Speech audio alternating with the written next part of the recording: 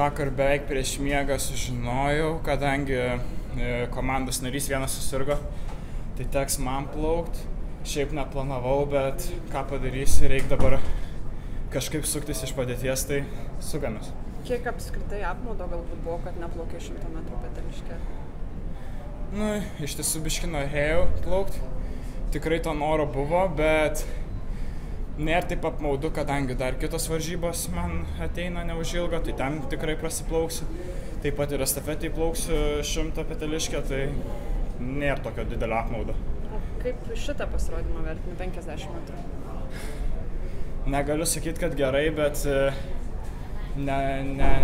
negaliu ir sakyti, kad negaliu sakyti, kad ir norėjau labai daug, sakykim. Ne tai, kad šiaip norėjau to rezultato, bet negaliu sakyti, kad norėjau dėl to, kad ne visose varžybose gerai visada suplauksiu.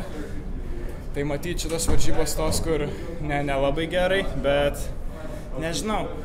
Pasimokinsim iš klaidų ir tikiuosi kitose varžybose tas klaidas atidirbę pasirodysim geriau.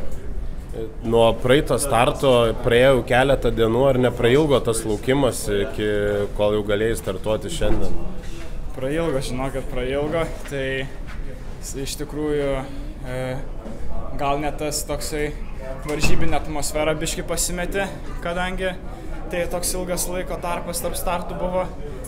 Toks labiau nei atostogos, nei treniruojas, nei dar kažkas ir taip keista buvo, bet reik mokintis, kad kitose varžybose, jeigu irgi tas būtų didelis laiko tarpas, neišmuštų tikrai iš vėžių.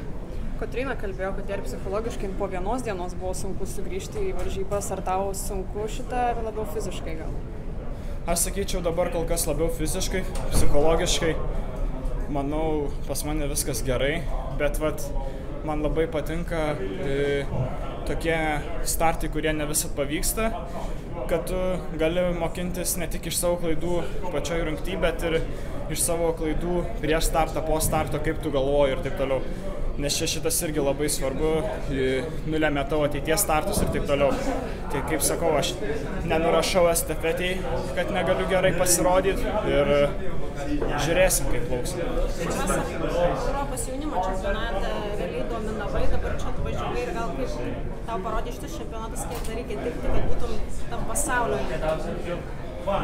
Taip, čia tikrai medalių nesitikėjau, kaip pirmas pasaulio čempionatas, tai žinau, kad tas lygis nuo jaunimo ir suaugusių yra gan aukštas žingsnis, tai tikrai daug labai nesitikėjau, o šiaip atvažiuoti pamatyti, kaip pasaulis plaukia, treniruojas ir taip toliau, iš ties smagu ir įdomu. Pats Ailas universalus plaukikas ir greitai plaukia Peteliške ir laisvuoju stiliu. Vis dėlto yra kažkuris būdas, kuris arčiau širdies ir su kurio labiau skiriam savaitę. Dabar kol kas laisvu stiliu, manau, toksai pagrindinis man būtų būdas, bet kol jaunas esu, noriu plaukti beveik viską, kad, kaip sakot, kuo universalesnis būt. Ir po to, kai jau reikės kovoti dėl vienos rungties, pradėsiu fokusuotis tik į vieną. Ir kalbant apie jauną amžių, pats vienas jauniausių savo rungtyje esi, bet yra čempionate, pavyzdžiui, ir 12 metų Kinė plaukianti. Ką galvoja apie irgi jaunesnius už save varžovus? Aš džiaugiuosi, tų gerai plaukiančių jaunų plaukikų yra gan daug, tik tais, kad dažniausiai būna, kad jie nebeišplaukia iki suaugusio amžiaus. Bet čia sakau, aš kiekvienam linkiu išplaukti ir tikrai treniruotis, stengtis, neužžies nosies, kai esi dar kol kas jaunas, nes tikrai dar prieš akis labai daug ir, kaip sakau, čia ar jaunas ir geras, ar būsi geras plaukikas, labai sunku yra pasakyti.